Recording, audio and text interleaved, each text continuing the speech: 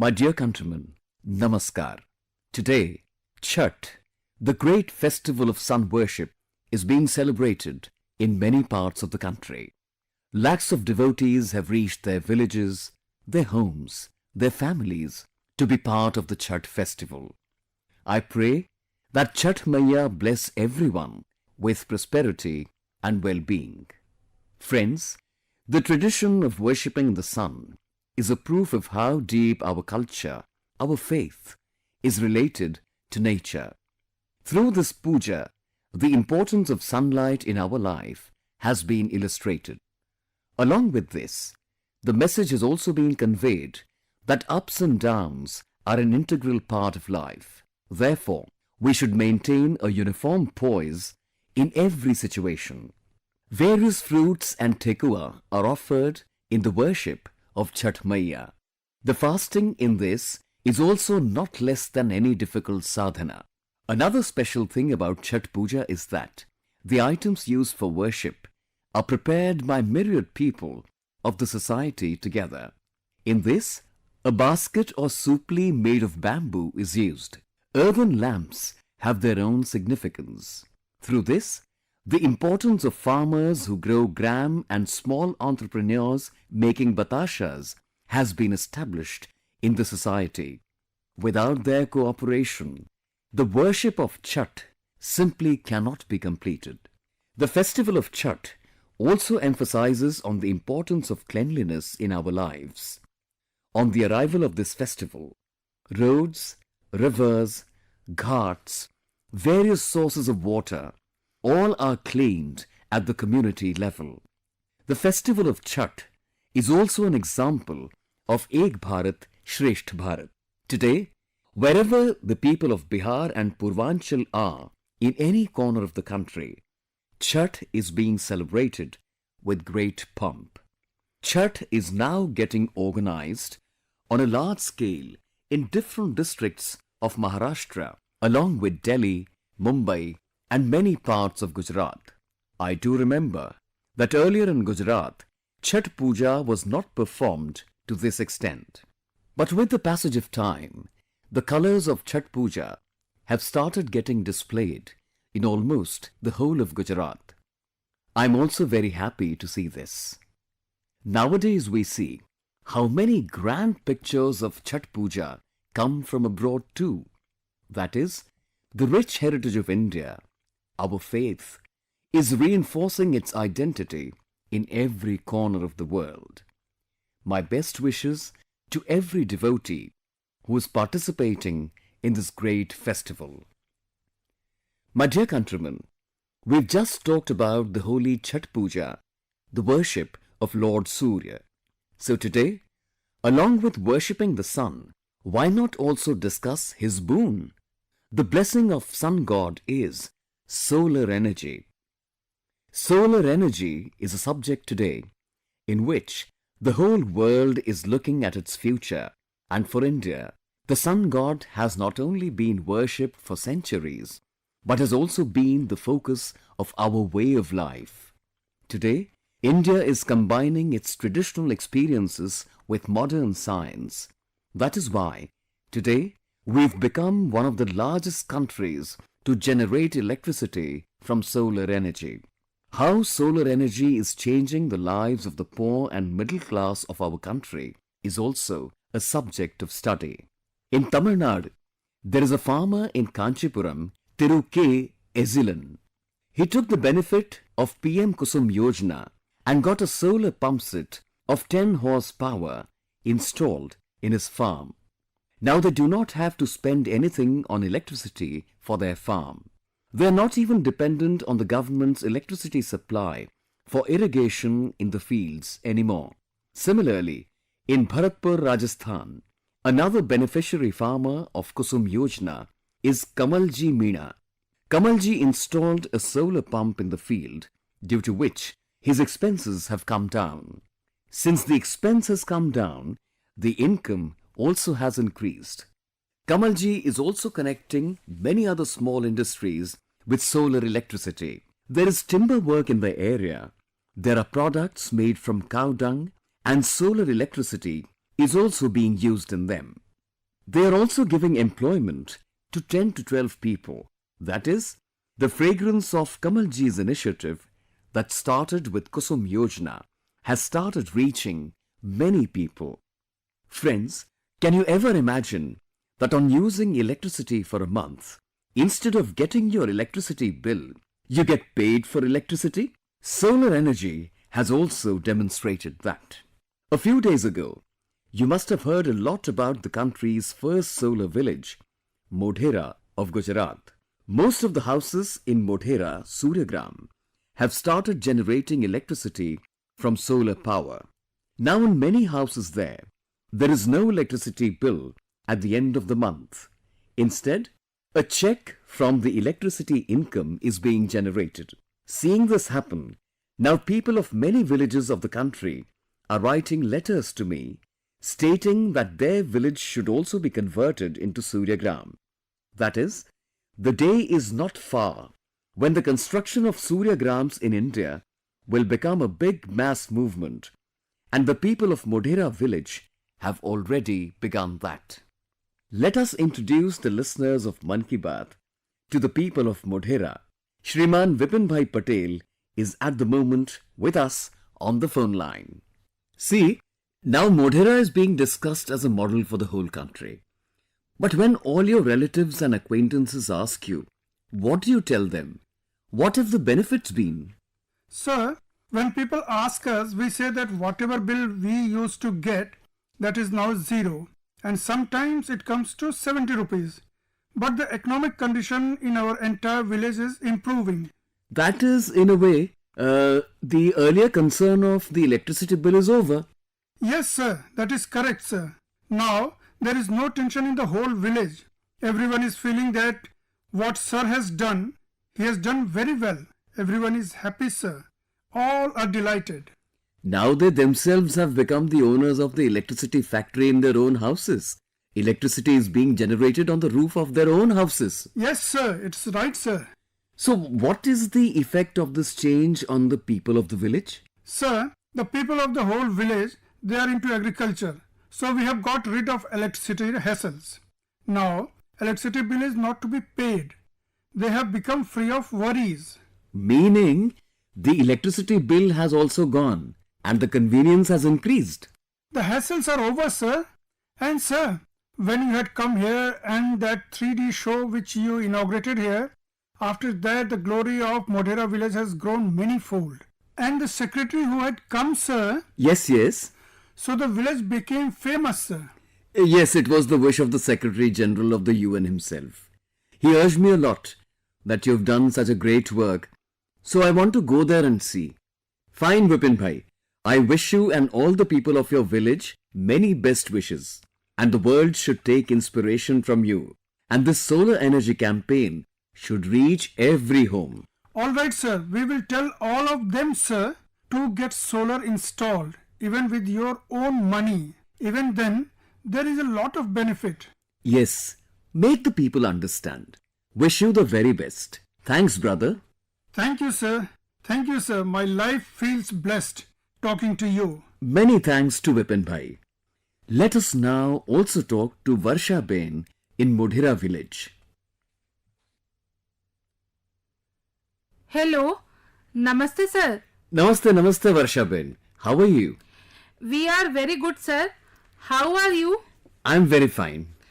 We are blessed to talk to you, sir. Okay, Varsha Ben. Hello. Namaste, sir. Namaste Varsha Ben. How are you? We are very good, sir. How are you? I'm very fine.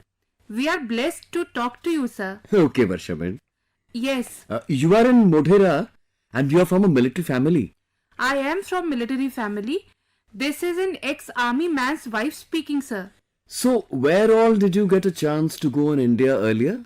I got a chance to stay together in Rajasthan, in Gandhinagar, Kachra, Kanjor in Jammu. There were a lot of facilities available there, sir. Yes, being part of the army, you're also speaking Hindi well. Yes. I have learned, sir. Tell me, the big transformation that came in Modhera, you got this solar rooftop plant installed. What might people be saying in the beginning? Then it must have come to your mind what that meant. What are you doing? What will happen? How can electricity come this way? These are all things that must have come to your mind. What is your experience now? What is the benefit of this? A lot, sir. One benefit after the other, sir. Sir, Diwali is celebrated every day in our village because of you. We are getting electricity for 24 hours a day. There is no bill at all. In our house, we have brought all electric appliances in the house, sir. We are using everything because of you, sir. Since there is no bill, we can use everything with free mind. This is true. You've also made up your mind to make maximum use of electricity. Indeed, sir. Right now, we do not have any problem. We can run all this washing machine, AC, everything with a free mind, sir. And the rest of the people of the village are also happy because of this? Very, very happy, sir. Well, does your husband work at the Sun Temple there? So the light show that happened there was such a big event. And now guests from all over the world are coming. Foreigners from all over the world can come, but you have made our village famous in the world. So your husband's work must have increased now that so many guests are coming there to see the temple. Oh, it doesn't matter. No matter how much work increases, sir, my husband has no problem with that. Do go on developing our village. Now we all have to do the development of the village together. Yes, yes, sir.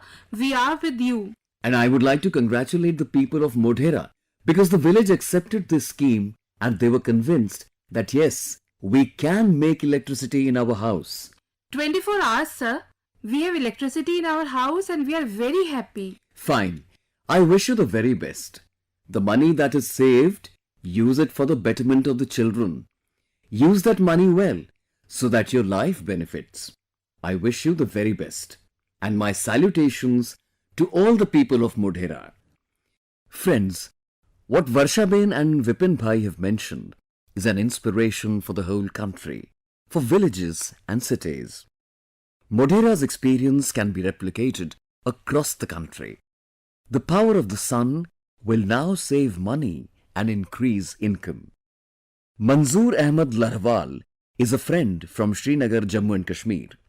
On account of winters in Kashmir, the cost of electricity is high. For this reason, Manzoor ji's electricity bill also used to be more than Rs 4,000. But since Manzoor ji has got a solar rooftop plant installed at his house, his expenditure has come down to less than half. Similarly, Kunni Deori, a daughter from Odisha, is making solar energy a medium of employment for her, as well as for other women. Kunni lives in Kardapal village of Kendujhar district of Odisha.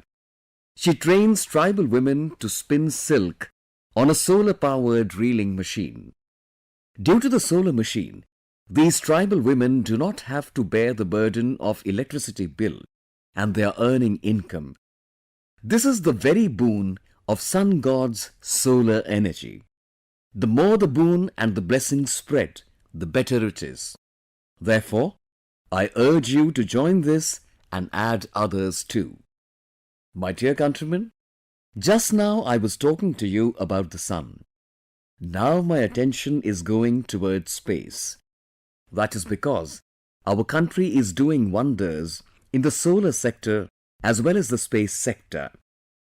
The whole world today is surprised to see the achievements of India. So I thought, by telling this to the listeners of Mann Ki Baat, I should make them happy too. Friends, you must have seen a few days ago that India has placed 36 satellites in space simultaneously. This success achieved just a day before Diwali, in a way, it is a special Diwali gift from our youth to the country. With this launching, from Kashmir to Kanyakumari and from Kutch to Kohima, in the whole country, digital connectivity will be further strengthened. With the help of this, even the remotest areas will be more easily connected with the rest of the country. When the country is self-reliant, how it reaches new heights of success, this is also an example of that.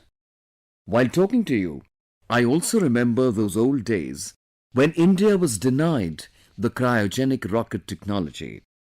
But the scientists of India not only developed indigenous technology, but today with the help of it, dozens of satellites are being sent to space simultaneously. With this launching, India has emerged as a strong player in the global commercial market. With this, new doors of opportunities have also opened up for India. Friends, our country, which is moving with the resolve of a developed India, can achieve its goals only with the efforts of everyone. Earlier in India, the space sector was confined within the purview of government systems. Since the space sector was opened for India's youth, revolutionary changes have started coming in it. Indian industries and startups are engaged in bringing new innovations and new technologies in this field. In particular, the collaboration of InSpace is going to make a big difference in this area. Non-government companies are also getting the facility to launch their payloads and satellites through InSpace. I would urge more and more startups and innovators to take full advantage of these huge opportunities being created in India in the space sector. My dear countrymen, when it comes to students, youth power, leadership power, so many outdated stereotypes have become ingrained in our mind. Many times we see that when student power is referred to, its scope is limited by linking it with the student union elections. But the scope of student power is very big, very vast. Student power is the basis of making India powerful. After all, it's the youth of today who will take India till 2047. When India celebrates her centenary, this power of youth, their hard work, their sweat, their talent, will take India to the heights that the country is resolving for today. The way our youth of today are working for the country and have joined nation building makes me filled with confidence. The way our youth solve problems in hackathons, stay awake all night and work for hours is very inspiring. A hackathon held in recent years with lakhs of youth of the country together have solved many challenges, have given new solutions to the country. Friends, you may remember, I'd called for Jai Anusandhan from the Red Fort. I'd also talked about making this decade the Techade of India. I loved seeing this. Our IIT's students have also taken over its command. This month on 14-15 October, all 23 IITs came on one platform for the first time to showcase their innovations and research projects. In this fair, students and researchers who came from all over the country displayed more than 75 best projects. Healthcare, agriculture, robotics, semiconductors, 5G communications, these projects were made on many such themes. Although all these projects were one better than the other, I want to draw your attention to some projects. For example, a team from IIT Bhubaneswar has developed a portable ventilator for newborn babies. It runs on battery and can be used easily in remote areas. This can prove to be very helpful in saving the lives of babies who are born prematurely. Be it electric mobility, drone technology, 5G, many of our students are engaged in developing new technology related to them. Several IITs are also working together on a multilingual project that makes learning local languages easier. This project will help the new national education policy a lot in achieving those goals as well. You will also be happy to know that IIT Madras and IIT Kanpur have played a leading role in preparing India's indigenous 5G testbed. This is certainly a great start. I hope to see many more such efforts in the times to come. I also hope that taking inspiration from IITs, other institutions will also step up their R&D activities. My dear countrymen, Sensitivity towards the environment is embedded in every particle of our society, and we can feel it all around us. There is no dearth of people in the country who spend a lifetime in the protection of the environment. We can also learn a lot from Suresh Kumar ji, who lives in Bengaluru, Karnataka. He has a great passion for protecting nature and environment. 20 years ago, he had taken the initiative to rejuvenate a forest of Sahakarnagar in the city. It was a difficult task. But these saplings that were planted 20 years ago have grown into 40 feet tall, huge trees. Now their beauty captivates everyone's mind. This also gives a feeling of great pride to the people living there. Suresh Kumar ji also does another wonderful job. He has also built a bus shelter in Sahakarnagar to promote Kannada language and culture. He has also presented brass plates written in Kannada to hundreds of people. If both ecology and culture grow together and flourish, just imagine how great it would be. Friends, today more awareness is being seen among people about eco-friendly living and eco-friendly products than ever before. I also got a chance to know about one such interesting endeavor from Tamil Nadu. This is a brilliant effort by a team of tribal women in Anaikatti, Coimbatore. These women crafted 10,000 eco-friendly terracotta teacups for export. The amazing thing is that these women themselves took up the entire responsibility of making the terracotta teacups. From clay mixing to final packaging, they did all the work themselves. They'd also taken training for this. Whatever praise is showered on this wonderful effort is little. Friends, some villages of Tripura have also set very good examples. You must have heard about Bio Village, but some villages of Tripura have ascended to the level of Bio Village 2. Bio Village 2 emphasizes how to minimize the damage caused by natural disasters. In this, full attention is given to improve the quality of life of the people through various measures. There is complete focus on solar energy, biogas, beekeeping and biofertilizers. Overall, Bio Village 2 is going to lend a lot of strength to the campaign against climate change. I am very happy to see the increasing enthusiasm for environmental protection in different parts of the country. A few days ago, in India, Mission Life dedicated to protect the environment has also been launched. The simple principle of Mission Life is promote such a lifestyle which does not harm the environment. I urge you to also know Mission Life and try to adopt it. Friends, tomorrow, the 31st of October, is National Unity Day, the auspicious occasion of the birth anniversary of Sardar Vallabhbhai Patel. On this day, Run for Unity is organized in every corner of the country. This race strengthens the thread of unity in the country, inspires our youth. A few days ago, the same sentiment has been seen during our national games as well, with the theme, Judega India to Jeetega India.